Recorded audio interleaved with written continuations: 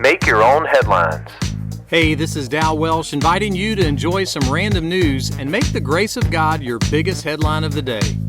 Today's podcast is sponsored by the Boom and Binnacle Alarm Clock and the letter J.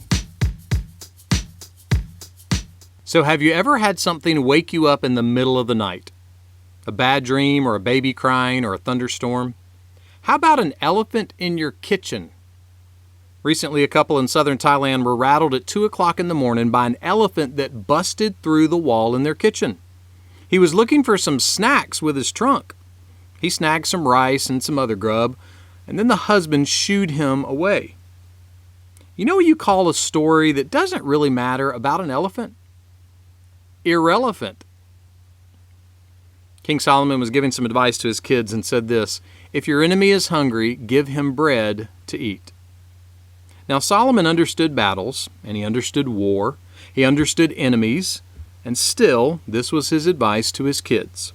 Show some practical kindness to other people, even your enemies.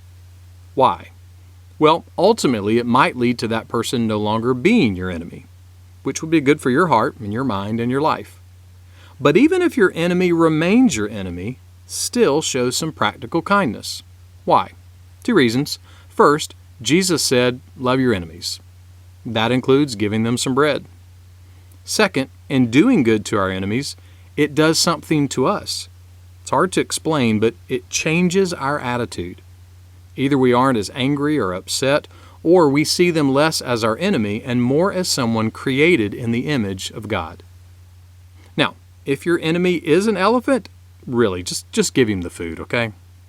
But maybe today you feel like your spouse or your parents or your kids or someone who disagrees with you politically is your enemy. Find a way to give them some bread or some rice or a choco taco. And as you give, enjoy the mercy that God desires to give you. That mercy is not irrelevant.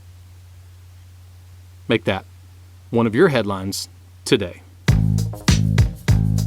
Make Your Own Headlines is a little smidge of encouragement from Holland Avenue Baptist Church. For more ways to listen to this podcast, for weekly sermons, and for more positive resources, check out hollandavenue.com.